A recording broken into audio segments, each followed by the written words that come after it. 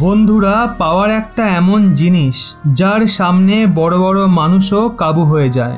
ভারতের হাতে একটা বড় পাওয়ার যেই না এলো, চীন অমনি ভারতকে বন্ধু বলল।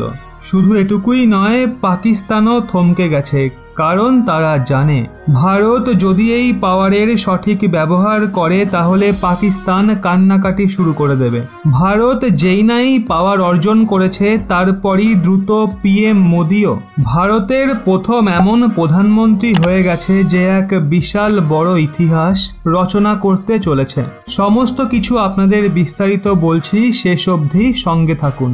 বন্ধুরা, যদি আমি আপনাদের একটা প্রশ্ন করি যে দুনিয়াতে ইন্টারন্যাশনাল লেভেলে সবচেয়ে বড় শক্তি কে, কার পাওয়ার সবচেয়ে বেশি, এক্ষেত্রে বেশিরভাগ মানুষ বলবেন সংযুক্ত রাষ্ট্রের যে সুরক্ষা পরিষদ রয়েছে সেখানে একটা স্থায়ী সদস্য হওয়া সবচেয়ে বড় পাওয়ার। কারণ যদি আপনি একজন পার্মানেন্ট মেম্বার হয়ে যান ইউএনএসসির, তো আপনি পাবেন উইটো পাওয়ার। এই উইটো পাওয়ার কি? যদি কাল গোটা দুনিয়া মিলে একটা প্রস্তাব আনে সংযুক্ত রাষ্ট্রে, কিন্তু আপনার সেটা নিয়ে সন্দেহ থাকে, আপনার কাছে উইটো পাওয়ার আছে। আর যদি আপনি সেই উইটো পাওয়ার ব্যবহার করেন, তো দুনিয়ার সমস্ত দেশ 191 এর মধ্যে 191টা দেশেরই সমস্ত ভোট খারিজ হয়ে যাবে আপনার একটা ভোটের সামনে। এটাই হয় উইটো পাওয়ার। আর আজকের তারিখে সেটাকেই সবচেয়ে বড় শক্তি বলে মনে করা হয়। আর ভারত সেরকম একটা পাওয়ারই হাতে পেয়েছে। ভারত এই সংযুক্ত রাষ্ট্র পরিষদের অধ্যক্ষ হয়ে গেছে। আজ্ঞে হ্যাঁ। আর এর কি গুরুত্ব রয়েছে? যদি কাল কোনো একটা বিষয় নিয়ে সংযুক্ত রাষ্ট্র পরিষদের যে পার্মানেন্ট মেম্বার রয়েছে, যেমন আমেরিকা, রাশিয়া, চীন, ফ্রান্স, যদি তারা একটা প্রস্তাব আনার কথা বলে, কিন্তু ভারত যদি বলে আজ্ঞে না, আমরা সেই প্রস্তাব আনতে দেব না, তাহলে ওই সমস্ত দেশের উইটো পাওয়ারও বেকার হয়ে যাবে। আর ওখানে যে অধ্যক্ষ রয়েছে তার কথাই চলবে, তার মর্জিতেই প্রস্তাব আসবে। কারোর বিরুদ্ধে পদক্ষেপ নিতে হবে, কারো ওপর প্রতিবন্ধকতা লাগাতে হবে, সেটার প্রস্তাব ভারতের ইচ্ছা ছাড়া নেওয়াই যাবে না। সেক্ষেত্রে অন্যান্য দেশের যে উইটো পাওয়ার রয়েছে সেটা বেকার হয়ে যাবে।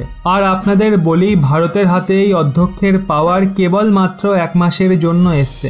আর এই 1 মাসে যদি ভারত সেটার সঠিক ব্যবহার করে, তবে চীন এবং পাকিস্তানের এমন হাল করা যাবে, ওই দুই দেশে এমন আগুন লাগানো যাবে যেটা নেভাতেই তাদের অনেক বছর লেগে যাবে। ভারত প্রথম দিনই এর টেলার বিশেষ করে পাকিস্তানকে দেখিয়ে দিয়েছে, কারণ ভারত পরিষ্কার করে দিয়েছে এই পুরো আগস্ট মাসে ভারত অসংখ্য মিটিং করতে চলেছে, অনেক প্রস্তাব আনবে টেরোরিজমকে নিয়ে। মানে পাকিস্তানের পুরো 12টা বাজতে চলেছে এই মাসে। ওদিকে ভারতের প্রধানমন্ত্রীও একটা ইতিহাস রচনা করতে চলেছেন। আসলে আগামী 9 আগস্টে প্রধানমন্ত্রী মোদি দেশের প্রথম এমন প্রধানমন্ত্রী হবেন যে সংযুক্ত রাষ্ট্র পরিষদের অধ্যক্ষতা করবেন। এর আগে ভারতের কোনো প্রধানমন্ত্রী এমনটা করেনি। আর আপনাদের বলে দিই, এটা ভীষণই বড় একটা পাওয়ার। এই সময়ে ভারতের ওপর অনেক দায়িত্ব আসবে, কারণ একটা কাহাওয়াত আছে, great power come with great responsibility. এটায় সবচেয়ে বেশি ঝাল লেগেছে আমাদের প্রতিবেশী পাকিস্তানের। সে বয়ান দিয়েছে, আমরা আশা করি ভারত এই শক্তির বাজে ব্যবহার কখনোই করবে না।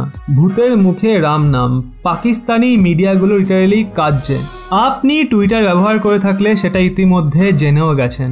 যদিও চীন এখানে এখনো অবধি সংবর্ধনা জানিয়েছে ভারতকে। আপনাদের এই বিষয়ে কি মতামত অবশ্যই নিচে কমেন্টে জানান।